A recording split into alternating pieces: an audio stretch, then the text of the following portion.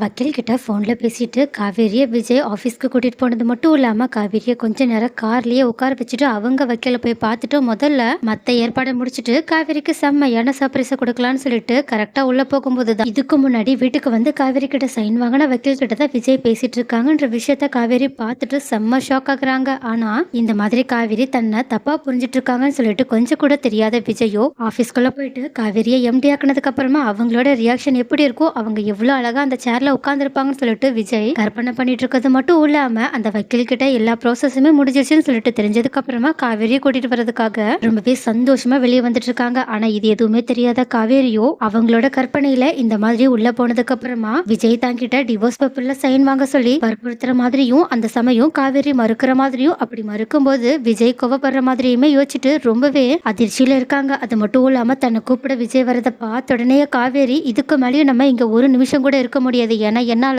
என் விஜய்க்கு அவ்வளவு சீக்கிரம் டிவோர்ஸ்ல கொடுத்துட முடியாதுன்னு சொல்லிட்டு உடனடியே காரை வேகமா எடுத்துட்டு போறாங்க. உடனே இந்த மாதிரி காவேரி போறத பார்த்த உடனே விஜய் இந்த லூசுக்கு வேற வேலையே கிடையாது, நான் வேற ஏதோ ஒரு பேப்பர்ல சைன் வாங்க போறேன்னு சொல்லிட்டு பயந்துகிட்டு ஓடிட்டு இருக்கா. சரி சரி இருக்கட்டும்னு சொல்லிட்டு அவங்க வேற ஒரு காரை அவங்களோட ஒர்க்கர்ல ஒருத்தர் கிட்ட இருந்து வாங்கிட்டு காவேரியை ஃபாலோ பண்றாங்க. அது மட்டும் இல்லாம போகும்போது காவேரிக்கு மாறி மாறி கால் பண்ணிக்கிட்டே இருக்காங்க. ஆனா காவேரி போனை எடுக்கிற மாதிரியும் தெரியல, அதே சமயம் காரை நிறுத்துற மாதிரியுமே தெரியல. அதனால விஜய் இன்னுமே ஃபாஸ்டா வண்டி ஓட்டிட்டு காவேரியோட வண்டியை மறிக்கிறதுக்காக ட்ரை பண்றாங்க. அது மட்டும் இல்லாம மறுபடியும் அவங்களுக்கு கால் பண்ண, ஆனா பின்னாடி விஜய் வர்றத பார்த்த காவேரியும் கார் ஓட்டிக்கிட்டே அவங்களோட மொபைல் போன் எடுத்து என்னால கண்டிப்பா உங்களுக்கு டிவோர்ஸ் எல்லாம் கொடுக்க முடியாது, என்னால அவ்வளவு சீக்கிரம் உங்களெல்லாம் பிரிஞ்சு போயிட முடியாது, நீங்க வெளியில கூட வாழ்ந்தாலும் பரவாயில்ல, நான் உங்களை பார்த்துக்கிட்டேவாவது இருந்துருவேன், ஒருவேளை நீங்க எனக்கு டிவோர்ஸ் கொடுத்துட்டீங்கன்னா அதுக்கப்புறம் என்னால உங்களோட பக்கத்துல கூட வர முடியாதுன்னு சொல்லிட்டு அழுதுகிட்டே காரை இன்னுமே ரொம்பவே வேகமா ஓட்ட ஆரம்பிக்கிறாங்க. அப்போ இந்த மாதிரி காவேரி ரொம்பவே அழுதுகிட்டு காரை இவ்வளவு வேகமா ஓட்டுறத பார்த்த உடனே விஜய் நடக்கிற விஷயம் என்ன ரொம்பவே சீரியஸா நடந்துட்டு இருக்கேன்னு சொல்லிட்டு பயந்துகிட்டது மட்டும் இல்லாம உடனடியா காவேரி கிட்ட ஏ லூசு முதல்ல வண்டியை நிறுத்து, நம்ம எதா இருந்தாலும் பேசி தீர்த்துக்கலாம், இப்படி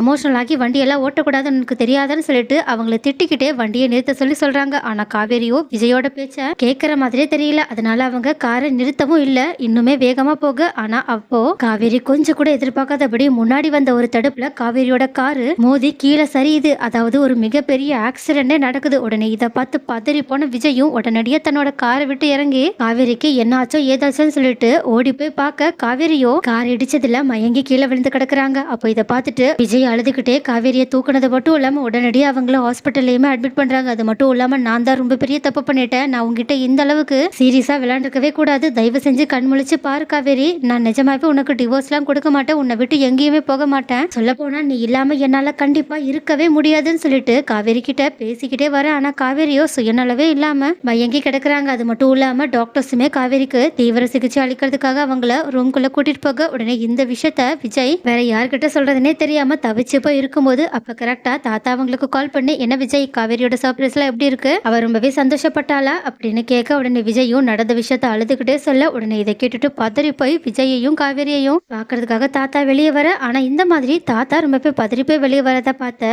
காவேரியோட சின்ன தங்கச்சியோ இந்த விஷயத்த அவங்களோட அம்மா கிட்ட சொல்ல உடனே அவங்களோட அம்மாவும் தாத்தா கிட்ட வந்து என்ன விஷயம் சொல்லிட்டு விசாரிச்சு காவேரிக்கு ஆக்சிடென்ட் நடந்துச்சுன்ற உண்மையை தெரிஞ்சுக்கிட்டு அவங்களுமே பதறி போய் தன்னோட குடும்பத்தோட சேர்ந்து காவேரியோ ஹாஸ்பிட்டல்ல பாக்குறதுக்காக போறாங்க. அது மட்டும் இல்லாம அங்க போனதுக்கு அப்புறமா விஜய் இந்த மாதிரி கை ஃபுல்லா ரத்தத்தோட அழுதுகிட்டே உட்கார்ந்துருக்கத பார்த்துட்டு எல்லாருமே ரொம்பவே பதறி போனது மட்டும் இல்லாம அவங்க கிட்ட என்ன நடந்துச்சு எப்படி இது நடந்துச்சுன்னு சொல்லிட்டு விசாரிக்க உடனே விஜயும் எல்லாமே என்னாலதான், நான் காவேரி கிட்ட இந்த மாதிரி ஒரு சீரியஸான விளையாட்டை விளையாண்டுருக்கவே கூடாது, அவன் நான் எங்க அவளை விட்டுட்டு போயிடுவான்னு சொல்லிட்டு பயத்துல இந்த மாதிரி காரை வேகமா ஓட்டி இவ்வளவு பெரிய ஆக்சிடென்ட்டுக்கு உள்ளாக்கிட்டான்னு சொல்லிட்டு நடந்த விஷயம் எல்லாத்தையுமே அழுதுகிட்டே சொல்ல உடனே இதை கேட்ட தாத்தாவும் விஜய்க்கு சமாதானம் சொல்லிட்டு இருக்க. அதே மாதிரி காவேரியோட நிலைமைய தெரியாததுனால காவேரியோட அம்மாவும் ரொம்பவே கஷ்டத்தோட நின்றுட்டு இருக்க. அப்ப கரெக்டா காவேரியை செக் பண்ணிட்டு வெளியே வந்த டாக்டர் வந்து இப்ப அவங்களோட நிலைமை கொஞ்சம் நார்மலா இருக்கு, அது மட்டும் இல்லாம அவங்களுக்கு நிறையவே பிளட் லாஸ் ஆயிருக்கனால கொஞ்சம் மயக்கத்துல தான் இருக்காங்க, அது மட்டும் இல்லாம அவங்களோட நிலைமையை பத்தி எங்களால முழுசா அவங்க கண் முழிச்சதுக்கு அப்புறமா தான் சொல்ல முடியும், ஏன்னா அவங்களுக்கு தலையில அடிபட்டிருக்கனால வேற ஏதாவது பிரச்சனை இருக்கான்னு சொல்லிட்டு நாங்க முழுசா ஸ்கேன் எடுத்து செக் பண்ணி பார்க்கணும் அப்படின்னு சொல்லிட்டு எதுவா இருந்தாலும் நல்லதே நடக்கும்னு நினைங்க அப்படின்னு அங்கிருந்து கிளம்பி போறாங்க. அது மட்டும் இல்லாம போகும்போது அவங்களோட உயிருக்கு எந்த ஒரு ஆபத்தும் கிடையாது, அதனால நீங்க கொஞ்சம் தைரியமா இருங்கன்னு சொல்லிட்டு அவங்களுக்கு தைரியம் சொல்லிட்டு கிளம்பி போக அப்பதான் விஜய்க்கு கொஞ்சமாவது நிம்மதியா இருக்கு. அது மட்டும் இல்லாம காவேரி கண் முழிக்கிறதுக்காக அவங்களோட பக்கத்திலேயே அவங்களோட கையை பிடிச்சுக்கிட்டு அழுதுகிட்டே உட்கார்ந்துருக்காங்க. அப்போ நடக்கிறது எல்லாத்தையுமே பார்த்துட்டு இருக்க தாத்தாவும் காவேரியோட குடும்பமும் நம்மளோட காவேரிக்கு போய் இந்த மாதிரி ஒரு நிலைமை ஆயிடுச்சுன்னு சொல்லிட்டு அவங்களுமே ரொம்பவே வருத்தத்தோடையும் சோகத்தோடையும் காவேரி கண் முழிக்கிறதுக்காக வெயிட் பண்ணிட்டு இருக்காங்க.